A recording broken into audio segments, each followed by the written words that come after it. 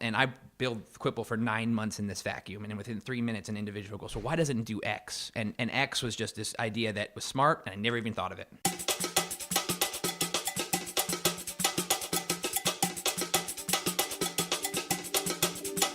Hello, Powderkeg fans. This is episode 80 of Powderkeg Igniting Startups, the show for entrepreneurs, leaders, and innovators building remarkable tech companies in areas outside of Silicon Valley. I'm your host, Matt Hunkler, and today we're going to be talking about how you and your team can do better work with a guest who literally wrote the book on it. In this episode, you're going to learn some simple but profound ways that you can do better work. This is true for everyone, even if you don't lead a team or work in a professional setting. I mean, this stuff applies to your personal life as well. Our guest is a longtime friend of mine. We've got a ton of history. This is actually his third appearance on the podcast because he is one of the most listened to episodes. I guess I should say two of the most listened to episodes to date. Now he's going for the third one in his repertoire. This guy is currently helping more than 400 companies create smart, high-performing teams. He leads a high-performing team of his own and is now the author of the brand new book, Do Better Work. So let's kick things off with the Lessonly co-founder and CEO, Max Yoder. Max, thanks for being here. You bet, man. I was looking forward to this all day. Dude, me too. All week, actually. Yeah, no kidding. Not gonna lie. No kidding. When you hit me up and said, let's talk about it, I was like, any excuse, man, let's do it. And then we can hang out again any other time. And having the date has helped me prioritize actually reading through your book. Good. Enjoying the chapters, savoring them, and coming up with questions for you. Good. So I'm eager to dive in. Please. But I want to give a little bit of context for those that maybe aren't familiar with you. You know, you're our only person that we've had on the podcast. This is your third appearance. Oh, heck yeah. Thank you. Yeah, so you're the only three-peat we've got right now. That is awesome. I appreciate that. And for good reason.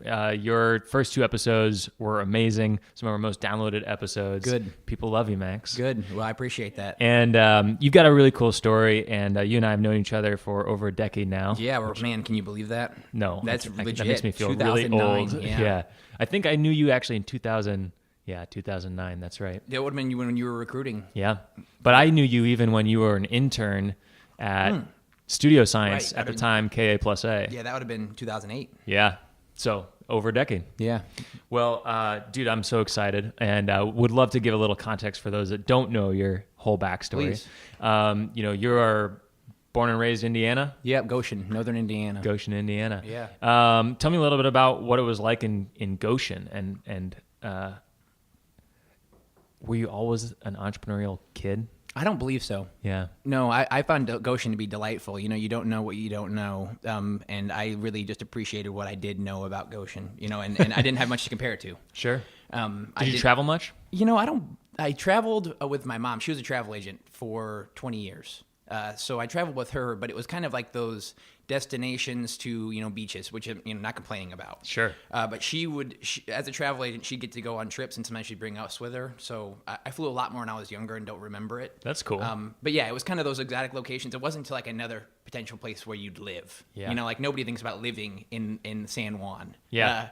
Maybe it's not nobody thinks about it, but I wasn't thinking about it.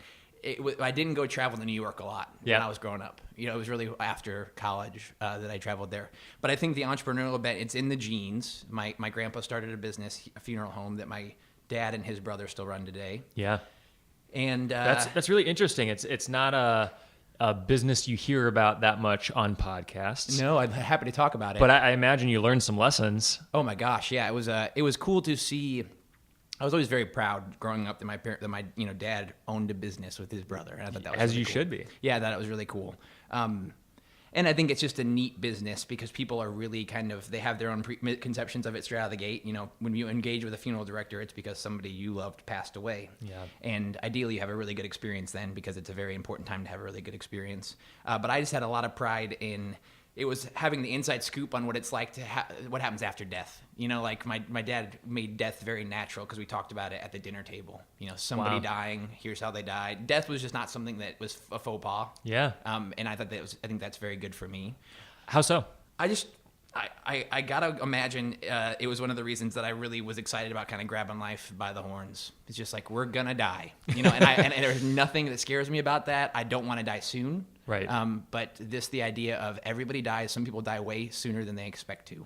And that is a motivating thing to have planted in your head when you're 8. It's almost like ingrained stoicism. You got to get it done, right? Yeah. Like, let's move. Yeah. It's like I'm at peace with death. I don't want to die right now, but I'm at peace with death, and I really like to just soak up life. That's really cool. Yeah, it's a positive impact. Did you learn any direct entrepreneurial lessons or business lessons just observing your dad and your grandfather's business? Yeah, I think if I look back to see how they manage customer service, that's a place where you got to nail it. Yeah. You're dealing with folks in a very tough time, and it's you got to show a lot of empathy, and you got to be very patient, because people have a lot more things to do when their folks die than make sure the funeral goes well. There's just so much going on. Yeah. And I think to be able to see the posture with which my dad and his business partners and teammates approached people was a very positive one. I think my dad always, he told me, I remember the day he told me we were driving away from the funeral home, and he told me that I asked him a question like, what do you do if people aren't good actors? I didn't use the word actors, but like, if they don't do the right things. And he said, well, most people do.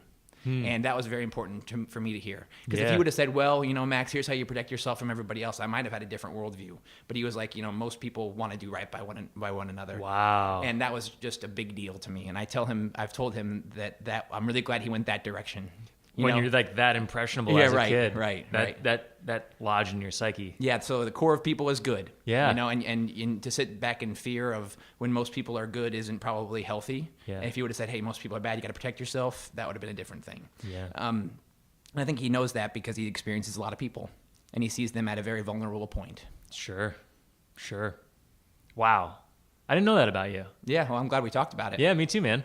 Well, so take me now fast forward to, you mentioned you traveled, you only really traveled to places like New York City and San Francisco after college. Right. You had a very interesting college career in that you created your own major. Mm-hmm. Can you talk to me a little bit about that? Yeah, that was just a great blessing. I was studying to be a communications major. Wasn't really confident that business was the right route for me because I didn't really know what it was. Like, I didn't know the underlying principles of business. If you would ask me about finance and accounting, I probably could have given you an idea of what accounting was, but finance, I thought I would have said it was accounting. Sure. Like, my brother always said that a business person is somebody who walks around talking on a cell phone with a briefcase. That's when we were growing up. And that was kind of as much as I knew about a business person, Okay. And my dad owned a business, but I was thinking kind of the Wall Street business person. Sure. What you saw in the movies. Yeah. So I didn't go after business school. Excel wasn't my thing. And my friends were in that school, were kind of doing things. I was like, that doesn't sound interesting to me at all. So I went communications. I wanted to study people and how we interact. Mm-hmm. And I found out that I could create my own major through the individualized major program that IU offers. I only knew one other student that actually did that program. Was it the magician? Yes. Yeah. I think you had told me that. He was the popular one. That guy got a lot of attention because he was a magic major. And there was like one magic major in the country. Yeah. And I'm sure it was Harry Potter was happening and it was a big deal. Yeah. I never met him. He's a cool dude. Good. Yeah. I only heard good things. We didn't have a lot of camaraderie because it was like everybody, IMP was doing a different stuff. Sure. We didn't have classes Advertising together. is a little different than magic. Right. Yeah, and I did advertising and brand management, which is really the title. Under the title, there was upper level marketing classes, which was super helpful. But then a bunch of sociology, psychology, communications. Just a beautiful way to get a liberal arts degree that has a business sounding name.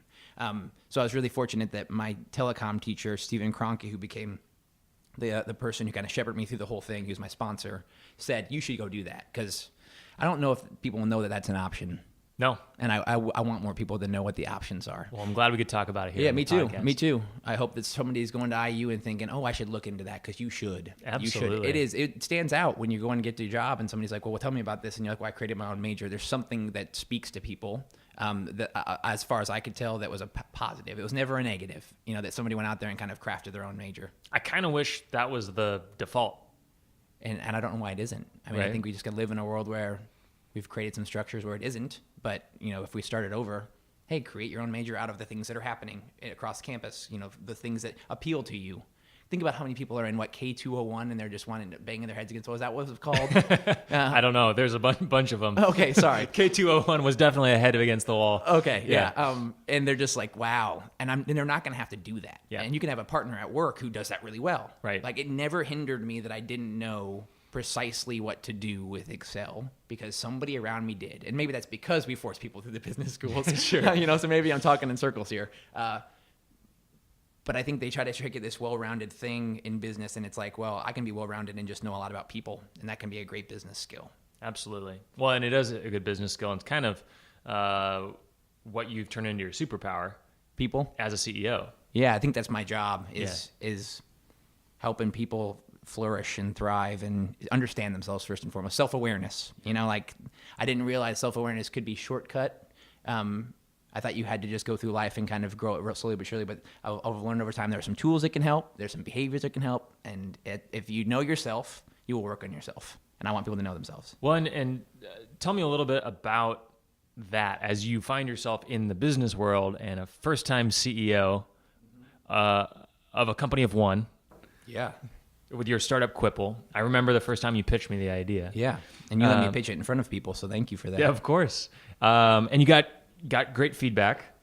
I remember you gave an awesome pitch. I think somewhere on our blog we still have a video of you and me sitting in my own duplex talking about Quibble. That would be really fun. I'll see if I can dig that up. We'll put it in the we had flip cams. We'll put it in the show notes. Yes, we did have flip cams. You had flip cams. I totally flip had cams. flip cams. I thought those things were going to make it. Yep. Didn't see this iPhone thing coming. Out of left field, Steve Jobs. Yeah. Well, the Quibble story that is in your book that I absolutely love, you really kind of brought together with this sort of Venn diagram concept. Do you mind talking through that? Yeah, sure. So what I ultimately realized kind of looking back on Quibble was... you want to give us the 30-second pitch on Quibble? What Quibble was? Yeah. Surveying and polling software. So really it was we called it Quibble because it was quick polling. It was just kind of an amalgamation of those two words. And the idea was let's embed polls into articles, into blog posts. If you're writing about something within that article, let's give somebody something to interact with to share their feedback on whatever the topic is. You know, do you like it? Do you not like it? Pretty just generic polls, but we wanted to make them look engaging and pretty and attractive because we kind of thought polls were relegated to sidebars. You know, that was kind of my thinking. Like they're on the sidebar, they're not part of the content, and a poll can give you insight, engagement, and reach. Yeah. When you think about anybody who's publishing, they want all of those things all the time. They want to understand their audience better. They want their audience to interact with them. They want their audience to grow. So we put it all into one thing, but the monetization strategy wasn't there. And what I write about in the book was just how I designed and developed Quibble in a vacuum. And didn't go out and speak to the ultimate people who I wanted to put it in their blog posts and articles. And, you know, we all know better than that now. I didn't know better than that then. And I think there was some hubris. There was some, I know the answer mentality. And I was going to go build this thing. And then people were going to go, wow, good job. And what ended up happening was I built it. And on the launch day, 3 minutes after I sent an email of a few hundred people would sign up kind of to get early notice. Somebody sends an email, and I built Quibble for 9 months in this vacuum, and then within 3 minutes, an individual goes, so why doesn't it do X? And X was just this idea that was smart, and I never even thought of it. Never even thought of it. It wasn't like I'd thrown it out and said, here's why. It was like, I've never even considered that, and it was a good idea. And it was kind of telling, because for the future of Quibble, I was trying to make up for the fact that I'd stayed in that vacuum so long and spent all of my resources on developing the first version of the software when I should have built something a lot simpler, a lot less kind of baked, and gotten it out in people's hands to get feedback. So sharing before you're ready is like which is what I should have done. Is share before you're ready is how you make sure that what's getting done matches what's needed. Yep. I was getting stuff done, but it wasn't what was needed. Yep. And when you share before you're ready, you communicate early and often so that what you're getting done aligns with what's needed. And you do that by talking to your ultimate audience and saying, what do you like about this? What isn't jiving so well? And what am I missing? Those are kind of the three big questions. Can you slow that down for me and maybe Please. Even break it down? I love the concept of share before you're ready. Yeah. And you've been talking about that for a long time. Yeah. I love the concept, but sometimes taking it from concept to actual implementation is one of the more challenging pieces. Yep. How would you recommend sharing before you're ready if say, I'm tasked with a project? Yeah, what's the project that you got tasked with? So let's say I'm tasked with a project of writing email copy to announce the new feature set for the Powderkeg platform. Beautiful example. So the traditional way people would go about writing the email copy to announce the Powderkeg platform is they'd go, well, I was tasked with this. I was given, people put confidence in me to do this well. I'm going to go in a hole and come back and really wow them. and I'm going to start writing, and I'm going to really, really stress over the writing. I'm going to edit, and then I'm going to come back and say, I got it. Here's the email I want to send. And that could be days. When I finally come back and say, I'm ready to share this with you. Sharing before you're ready would go and taking an hour to write that first draft and then going, is this directionally accurate? Like, what am I missing? Yeah. And if I gave you that assignment, you'd come to me and you'd say, is this directionally accurate? And I could say, that is totally in line with the direction I was hoping. Or I could say, hey, Matt, I'm hoping you maybe take it this direction. Or maybe the tone's off. Or, hey, don't forget to add these things. And then you go, okay, great. And you go back to work. And when you feel pretty comfortable with your next draft, come back and say, jiving? And at some point I might go, Matt, you're nailing it. Go get it done. But you're just communicating along the way. It's all it is. It's just communicating Checking along the way. Checking in. Yeah. It's informal check-ins. So talk to me about, you're a student of human behavior. Yeah, I love human behavior. Yeah. What is it about us that, when you lay it out like that, that is clearly the practical and logical answer, is to share along the way, check in, don't get too far down the path before you know you're going in the right direction. Yeah.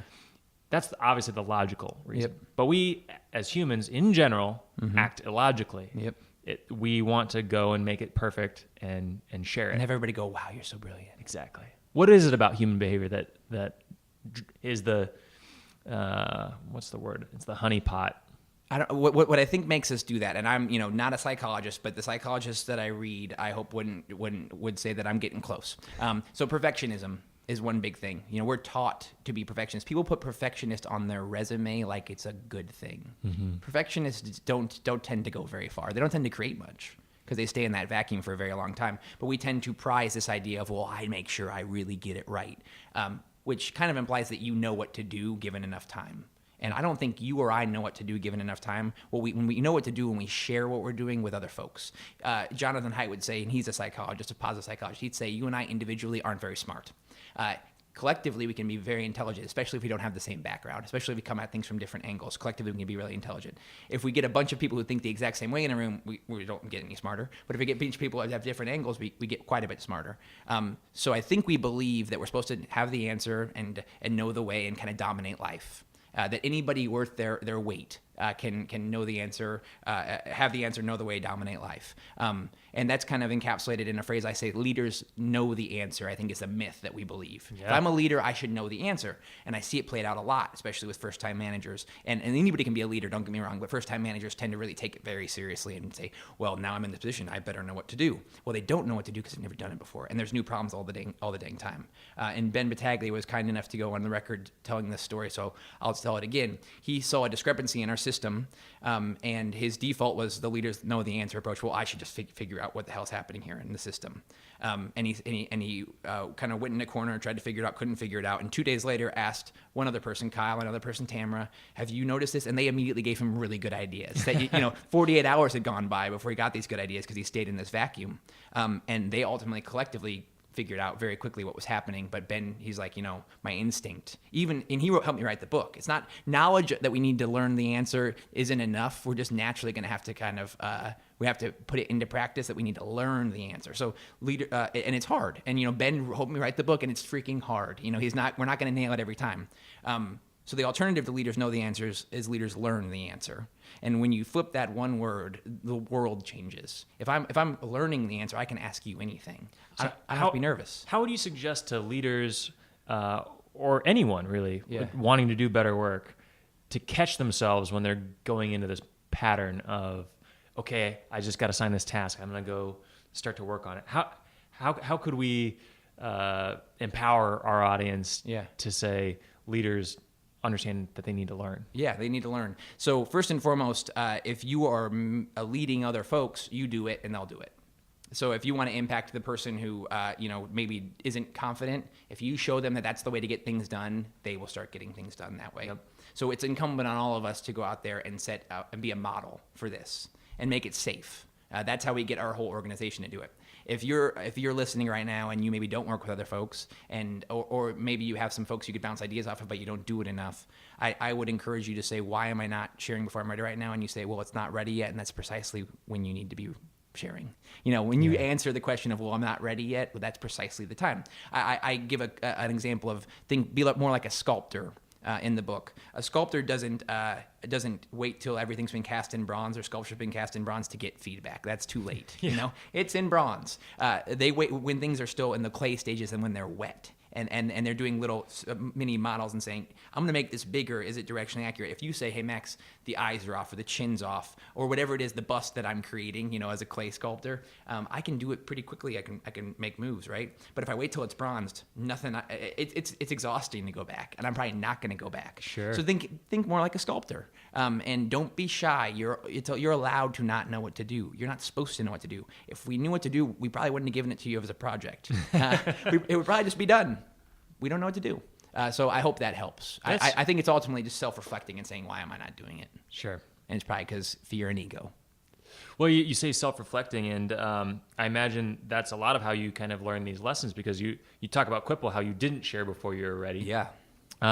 What kind of self-reflecting practice do you have where you're able to say, hey, why this didn't work is because of not sharing before I was ready? Yeah. I'm fortunate enough to be very, very excited and interested in writing. And it's not necessarily to publish, though clearly I do appreciate publishing. I just like to write, and I like to process my own thoughts by writing. And it occurred to me while writing the book that we will write down our to-do lists because we're worried, we won't remember what to do, but we won't write down our most important thoughts. As though we can carry those up here, but we can't even manage our to-do list. Like, who are we fooling? We have to write a to-do list down, but we don't have to write our most important thoughts down? Yeah. It's bizarre. It is. But I think most of us go through life keeping the most important stuff up here and putting our to-do list, like get bread, call Jess. It's like, that's pretty basic stuff, and I'm struggling with it by putting. You get the idea. Yeah. I want more of us to write stuff down, and it's not about ever sharing it. It's just about getting it out of your head and being able to make sense of it. And I think when you sit back, I'm fortunate enough to be able to spend a lot of time closing my eyes and just thinking, and that's a beautiful thing. And saying, what would I have done differently there? But I think the main thing in any self-assessment is to look internal and not external. Connor gave me the Jim Collins phrasing today: is first look in the window and then first look in the mirror, then look in the window, like out that window. So first look inside yourself about what could I have done differently. Yeah. Because it's pretty easy, I think, for folks to just kind of make a quick checklist of all the things out the window that messed the whole thing up for them, and not look internally and say, well, what could I have done different? Could I have gotten up earlier? Could I have made 3 extra calls? You get the idea. Yeah, sure. That's where growth comes from. It's not the stuff out the window. It's like, what could I have done differently?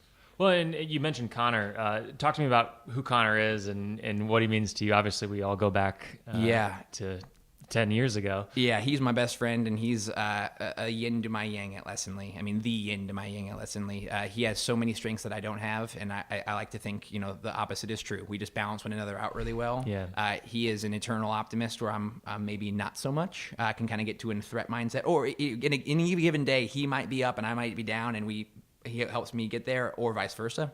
But he oversees all revenue at Lessonly. First guy to join the team.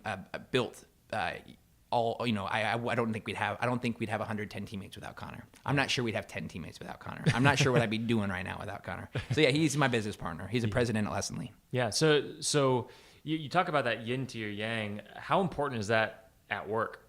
Yeah, I'm convinced if anybody has ever done business well. Even, the folks who we think of them as singular figures, they always had somebody. I don't know who Steve Jobs was. It might have been Tim Cook's. To kind of use a very obvious example of somebody who we think of a singular figure, you have to have a balance. Yeah. We just, and Connor's just such a great, I don't believe that there is anybody out there who is making their way and making a lot of progress without that balance. Doesn't mean there's not an exception, I shouldn't say, but I think the rule is you need somebody to balance you out, and Connor is that person for me. Well, I think it's great to have that kind of perspective, to sort of be aware of that, and being self-reflective, probably what you were doing in the early days of Lessonly, to be able to identify, hey, I need someone to come be the yin to my yang, or the yang to my yin. And it started out simply of like, he knows sales and I don't. Yeah. And that was, the first step into saying, well, oh man, and I was living with him. So Connor moves in, got introduced by Alex Lau, introduced us an old friend of mine, and I'm very grateful he did. Connor moves in. We get really kitted off, and I'm just starting building Lessonly, and he is getting me pumped. He comes home, he's like, I could sell that. Like, this is really good. This could be sold right now. And I'm thinking it's not even close to being able to be sold. And he's like, I could sell this right now. And he's coaching me on sales. And then I'm like, well, if there's anybody who's to bring in, it's this guy. And I begged him. It's not that he was saying no, but I was nervous he was going to say no. I just didn't have a lot of confidence. And I'm trying to give him every reason to say no so that if he comes in, he doesn't find those things out after the fact and be like, why didn't you tell me? That we didn't have all this figured out. Interesting. That's a very different approach to sales. Yeah, I was trying to get him I wanted to make sure if he said yes, he could never look at me, because at that point I already loved the guy. Sure. He could never look at me and be like, why did I leave my job for this? Yeah. I wanted him to have clarity what he was getting into, the good, the bad, the ugly. And there was not a lot of ugly. I think that's pretty important whether you love the person or not. Sure, it is. You're totally right. Yeah. I think it gave me more of a motivation to Sure. be like, I really want this person on the team and I don't want to let him down. Yeah. And then ultimately, Mitch and Corey, who came after Connor, same spiel. Corey and I met like 8 times before, over many months before he joined as our customer experience leader, and he still is that today. And then Connor knew Mitch, but we just really laid it out. And then when he came in, I could be like, we're in this, like we're in this together. He came in with his eyes wide open, and that was really important to me. That's great. Well, and there was one thing that you said that kind of sparked a thought. We were grabbing drinks at the Inferno Room a couple weekends ago. Yeah, that was fun. And you shared the quote from Dr. Jill Bolte Taylor. Yeah. That there's sort of a analogy is like a pipe. Yep. And something you said about processing the day's most important thoughts. Do you mind sharing that in the way that you did? Because that stuck with me, but I couldn't say it as eloquently as you. Sure, yeah. Well, I got to read it and reread it and reread it. So at Yellow Ship, which is our annual user conference, Lessonly's annual user conference, Jill Bolte Taylor was one of our speakers. She's a neuroanatomist. Really cool backstory. She wrote a book called My Stroke of Insight. I highly recommend picking it up. Became a New York Times bestseller. Amazing TED Talk. Oh my gosh, yeah. She's top 10 TEDx of all time. Yeah. So she happens to be my mother-in-law's best friend. Awesome. So that's how I got to know Jill. Got to go on a walk in the woods with her. Then got to, and that was amazing. 2 hours. I would love to talk to you about it. She taught me about modeling. Wow. She taught me basically modeling is everything. You model it, people will do it. You don't model it, people won't do it. And it's kind of created my central thesis, which I kind of how to live, came from that walk in the woods with Jill Bolte Taylor. Well, another thing she did for me was gave me this analogy for processing emotions. She said, I view it like a pipe, and emotions like water running through a pipe. If you process your emotions, they run through the pipe. If you don't process them, they build up in the pipe. And what ends up happening for a lot of folks who have never taught how to process their emotions, never given a kind of social and emotional learning around how to process their emotions, the pipe gets full and it wants to burst. And when we're overwhelmed like that, either does burst and we have a big outburst, and like we actually act out, or we try to kind of quell the pipe from bursting by going to addictive behaviors. Drugs, alcohol, retail therapy, anything that kind of makes the emotions feel like they're not there for a given time. Social media, TV. So, yeah, anything, yes. Numbing. Anything that distracts, anything that numbs. And, I know all too well about kind of digging into those things and kind of thinking that they're going to help and they don't help at all. You know? So her analogy is water either flows through and you process the emotions or it builds up. And for a lot of folks, it builds up. And because we've never been taught how to get it out, we tend to not be very good at getting it out, or it seeps out of us. And I'll tell you, at the end of writing the book, it started to seep out of me. I carried so much stress trying to get the book to work, and I wanted the book so badly to be good, and I agonized over every sentence, agonized over it, that when it was done, I could feel my body pushing the stress out, and I would just cry at random and arbitrary things. Not arbitrary, but even slightly emotional things. I'd just start crying. I was on stage in front of the whole company at the State of the Union, which is our biggest meeting, and I was up there for probably 30 seconds. And I got to say, "Hey, the book is coming out soon," and people cheered, and I just lost it. And it was just. I'm not laughing at you. Oh no, I'm not at your expense. No, please. I'm laughing because I know how deeply you feel things. Oh, I can just picture that. Oh, I had channeling my wife in my head, thinking, "Lock it up," because that's what she says to me when it's like game time, and she knows I'm emotional. Like, lock it up because you're speaking. Yeah, and you're speaking, and people are here to hear you speak, not cry. And she's not suppress it, but she's like, you gotta speak still. Jess is awesome. So yeah, I was thinking about Jess at that time. Lock it up. Anyhow, I had let a lot of emotion build up in that pipe. And I don't think I processed it very well. And it oozed out of me when it was done. It's like my body was physically pushing it out of me. How would you recommend to a friend or to a teammate some of the ways that you've found to successfully process emotions. Yeah, therapy, counselors, anything that is with a third party who has experience helping people process their thoughts. And I say a third party because it's not that I wouldn't recommend a friend. Friends are great. Do it with a friend. Don't say like, well, I got to find a third party if that's not available to you. But it's very helpful if it is available to you to find a third party who is trained and helps you kind of put into words what you're doing. Like whatever stories you're telling yourself, helping give you kind of context for, oh, this is not just you. That can be very helpful. And then being able to talk through, limiting beliefs, talk through forgiveness. Your dad is somebody who specializes in this, and he has been very helpful to me. I have a consortium of folks around me who kind of fit that mold because I need them. But I don't think I processed the book with anybody other than Jess. This was like one of the most important things projects I've ever worked on. Lesson is the most important thing from a business standpoint I've ever worked on. This was like the most important single project, and I didn't handle it very well. Well, the work product is amazing. Yeah, it ended up fine. And congratulations. Thank you. I just think I'm not mad about how I handled it, but I'm sure I could have maybe caused a little less stress for myself and Jess. And the next book you write, I'm sure it'll be less stressful. Good learning, yeah. There's something you said I wanted to make sure we came back to, and that is this magical walk in the woods with Jill Bolte Taylor. Can you break that down for me? Like, even just like take me there, right? Yeah. Set the immediate scene. Yeah, so I drive to Bloomington to meet her, and we have an hour and a half blocked off. We end up walking for 2 hours, and she likes to walk, and I love to walk. So we're walking, and she's like, how can I be helpful? Tell me about yourself. And I'm nervous. Is this your first conversation with her? Yeah, never spoken with her. Wow. I'm nervous. Wow. So I park my car.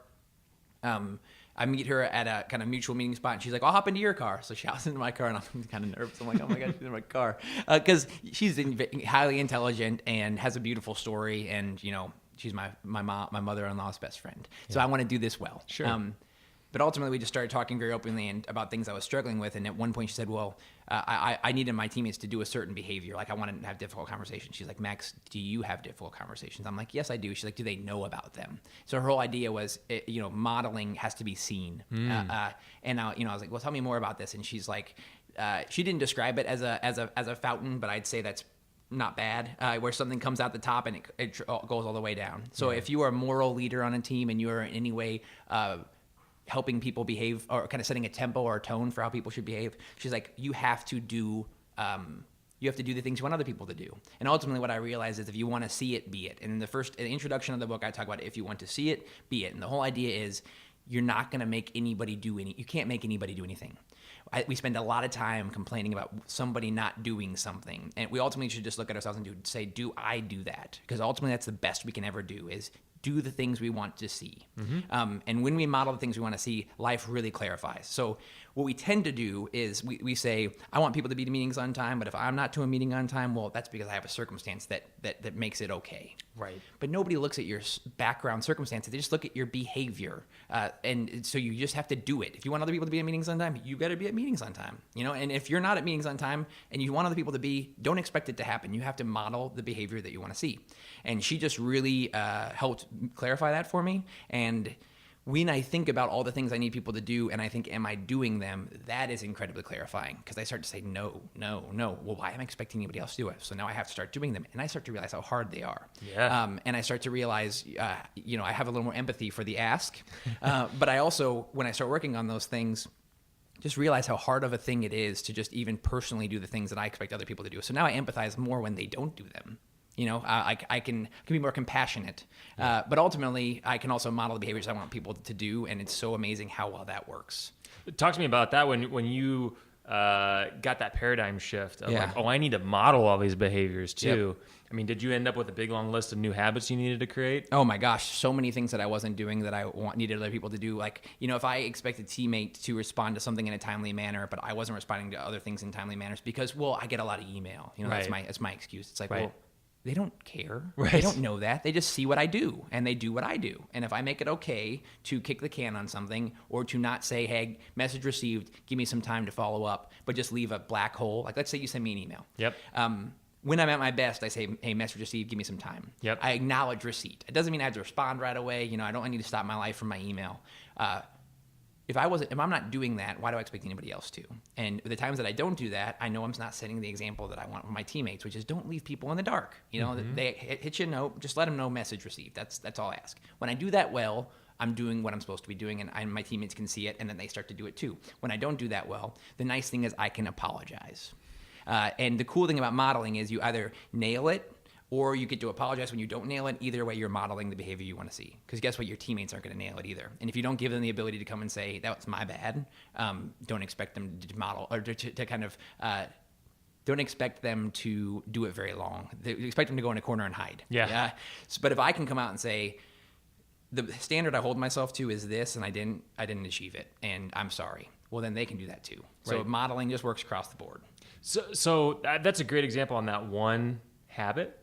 What happens when you look in the mirror before you look out the window and you see, oh wait, there are these 12 habits that I need to do. Did you go and attack all 12 of those at once? No, I don't think that's a wise call. 1% at a time is the motto. You know, focus on one thing 1% at a time with self-compassion. And I also write about that in the book. It's like 1% at a time. I think we think that awareness creates purchase. You know, like if you think about a marketing funnel, right? Awareness is the first step, and at the end, it's purchase. And instead of purchase, let's just call it behavior change. You know, like it's changed to a habit. I'm aware that I need to change something. All the way down the funnel to it becoming an actual habit of mine, it's a long way down the funnel. Awareness is just the first step, but I think we forget that. We learn a new thing, and we beat ourselves up the next day when we're not doing it. You know, I now know a better behavior, and look at me. It's 24 hours later, I'm already not doing that behavior. And we start to kick ourselves and beat ourselves up. And when I say 1% at a time with self-compassion, I mean, when that happens, you have to remember your brain doesn't work awareness to purchase. Right. It doesn't just happen like that. It takes a long time, just like it takes a long time for somebody who's being marketed to go from awareness to purchase. Yeah. Our brains take a long time to build new habits. So 1% at a time, do it more every day or every week or every month, and forgive yourself along the way when you inevitably fail. Yeah. In moments. Revert back to your old habits. Yeah, that's a better way to put it. When you revert back when to you your old inevitably habits. are human. Yes, you're a human. Yeah. And that's modeling, right? If I do that, or I give myself a little self-compassion, don't expect perfection of myself, then I ideally relieve other people of that expectation. Yeah, that's great. And so you talk about making sure people can see that. Yeah. Are there any things that you do to make sure, you know, maybe it's a habit you're working on at home with Jess, Yeah. and how you communicate with her, Yeah. and it's something you ask of your teammates to do. Yep.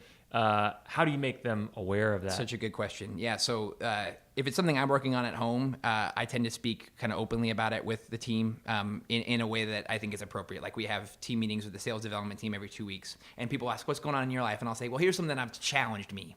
And ideally, you know, what I tend to hear afterward, like if I say, hey, I have a challenge with a family member, and I don't give them details, but somebody comes to me and say, I'm having a challenge with a family member too after that. You know, like creates a vulnerable experience where they can relate to. If I want to prop up a behavior that maybe it's happening at work, I don't want to prop myself up as the one who's doing it well. I don't want to shine a light on me. I just need to do it, but I don't necessarily go out there and then broadcast that I'm doing it. Sometimes in a weekly note, I'll share something that I've learned. Like I write a note to the team and a bunch of people who subscribe to it. But generally, I'll try to find somebody on the team who does it well, and I'll prop that up. Yeah. You know, the behavior that I'm working on that I really aspire to, I'll prop them up as a model, because simply by me celebrating it, I'm doing a very similar thing to doing it. I need to also do it, and, you know, I'm doing it. But by celebrating somebody else, I can prop somebody else up who's a good example of it. I can say why it's so important that they do what they do, and other people start taking notes. Well, and in a way, too, by even just writing about it, they're modeling it for you. You bet. Yeah, being able to tell their stories, being able to say them verbally or in writing, helps people understand what I want from them, you know, what I desire from them behavior-wise. Yeah. I wouldn't prop up these behaviors if I didn't want them. Right. I love that, Max. I think that's a really good way of thinking about it, and you gave me some ideas, even just how to implement here at work. Yeah, I think about Pete the Planner. I think this was something that I had an awareness of, but Pete the Planner really crystallized it. Is you should never be the hero of your story. You know, don't tell a story where you're the hero. Right. And that's just good advice. Yeah. And people don't tend to dig that. Like celebrate other folks. So I say, like, your influence in life boils down to what do you do and what do you celebrate. And celebration is an act of doing, but I call it out specifically as a separate thing because I can celebrate things that maybe I won't do. You know, somebody else is doing them, but I think it's really important that we do it. So if I see a politician that I think behaving very very well, I should celebrate that politician. I might never be that politician who's doing those things as a politician, but I should celebrate the people who are doing the things that I want to see more of. Yeah, right? Absolutely. So what do I do and what do I celebrate? I have control over what I do when I celebrate, and the wake I leave in the world, the influence I leave in the world, boils down to those two things. What am I doing and what am I celebrating? And I think when we distill it down to that and we ask ourselves the question, what do I do and what do I celebrate? We can understand where we're influencing and where we're making an impact on the world. And ideally, we get a little more, we focus a little more on thinking about those two things as opposed to what anybody else is doing and celebrating. It doesn't matter what anybody else is doing. Focus on you. That's how you motivate and influence anyone, is your own behavior, not shaming somebody else's behavior. I love it. I wish more people had that perspective. Thanks, man. It took me a long time. Well, and so that brings me to my last question, which is, please. What impact do you hope this book has on the world? Yeah, if I could boil it down, the reason I wrote the introduction the way that I did. So I wrote the introduction to say, if you want to see it, be it in 1% at a time with self-compassion. Basically saying you're going to read this book and you're going to see these behaviors. And if you want anybody else in your team to do them, you have to do them. Because you can't make anybody do anything. And the reason I think that's so important is because I would speak about these behaviors that I know matter. They're compassionate behaviors. They're thoughtful behaviors. They're progress-inducing behaviors. They create clarity. They create camaraderie. I know that they matter, but when I go out and talk about them, I inevitably get a question from somebody in the audience that says, well, what about my teammates? They're never going to go for this. And that person basically summarily is like, I'm not even going to try because my teammates won't do it. Right. And that to me is just a losing bet. It's a self-fulfilling prophecy because you ultimately can still do and celebrate things. And you should, even if your teammates never, ever, ever change. You're still doing your job. Yeah. But I think we give ourselves an out by saying, well, nobody around me will do it, so why should I even try? And that bums me out. So what I want with this book is to remind folks that anybody on the team can make more progress. They just have to do these behaviors. And there's other behaviors that, of course, I don't even know about that help make camaraderie and clarity and progress. But the ones I wrote about, anybody can do. It's not a manager's job to create progress, clarity, and camaraderie. Anybody can do it. And if people don't respond, at least you did your part. That's all we can do is our part. I love that. Thanks Max, for asking. I appreciate you writing this book. I know it was not an easy task. Thanks, man. I know Thank you put for your a support. lot into this, and it was pretty fun. I just got to share the story on the show that I wanted to do last-minute prep for today's interview, and I left my book at home on my bedstand because I was reading it last night. And I was like, man, I blocked an hour this afternoon. I wanted to read this book. I was commiserating with Sheehan on my team. And she's like, oh, I have my copy in my backpack. So it's getting out there, man. Oh, and it's so cool. I'm so excited that my team is reading it. Me too. They're excited about it. I definitely want to get a copy for everyone on the rest of the team. Sure, I can help with that. Because everyone needs to do better work, not for me or for Powderkeg, but for themselves. Yeah. It transcends the home. Yes. And I've not said that. All these behaviors, they're not just work behaviors. It's relationship behaviors. So thank you for saying that. Absolutely, man. It was a pleasure. If people want to get a copy, where do they go? Thank you for asking. So you can just search Do Better Work on Amazon. If you want to check out the microsite that we made that gives you more background, it's www.dobetter.work. So instead of .com, it's .work. But yeah, just search Do Better Work on Amazon. Do Better Work with Max Yoder at the end of it. We'll get you there right away. Awesome, man. Thank you. Thanks for being here. Hey, this is Matt here again. I just wanted to say thanks again for listening to this episode. I hope you walk away not only feeling inspired, but also armed with some new actionable things that you can bring back to your office, bring to your most valuable relationships, and grow new valuable relationships. Make sure you give Max a follow. He's always sharing insightful stuff. He's on Twitter at Max Yoder. I think he's the same on Instagram and all the platforms. So make sure you check him out. And definitely pick up a copy of the book, Do Better Work. You can find it on Amazon, Audible, or by going to dobetter.work. And you can learn more about Max and Leslie and the whole book project, and to be among the first to hear the stories about entrepreneurs, investors, and other tech leaders outside of Silicon Valley. Subscribe to us on iTunes at powderkeg.com/iTunes. We'll catch you next time on Powderkeg Igniting Startups.